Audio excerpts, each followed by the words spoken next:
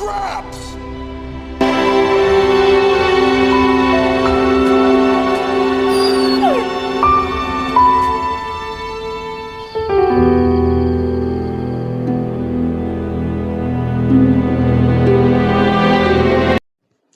Legend Z second trailer or third trailer, whatever you call, is just dropped. Should we talk about it? Or we just talk about Game Freak being lazy? There are only 200 people working on Game Freak. The Nintendo Switch is so underpowered.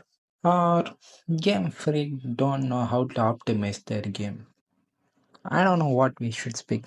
In this video, I'm going to talk about why Game Freak can't give a Pokemon game that compares to the current generation games like I don't know God of War or Ultimate Spider-Man, like that stunning visuals or best stylistic graphics just like Genshin Impact. Why not they can pull that? It's a multi-billion dollar company. They just should be lazy, right? Come on. They just be lazy to hire more people instead of doing the actual work and cutting corners and just selling it in millions. It's just easy money for them, right? But the truth is, Game Freak can never or will never make a good 3D game in Pokemon or any other games in 3D. Okay, first, listen to me. Game Freak has been only switched to 3D since 2013.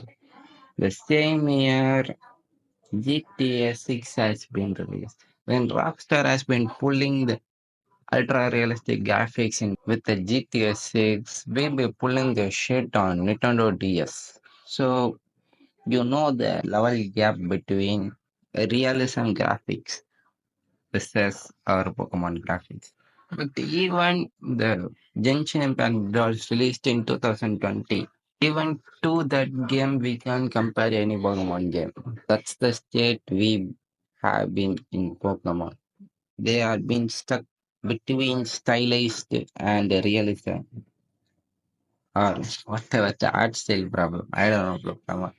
For me, instead of going realism, they have to go for stylized, which is they done in Pokemon Legends. Yeah, hope they will continue and will be more stylized like Genshin Impact in 10th generation. Okay, now back to topic. Why can't Game Freak pull ultra realistic or whatever stylized graphics in Nintendo Switch or in general? As I already said, Game Freak has been only working for 3D to 13 years. They don't have enough experience to do the graphics or art style, whatever.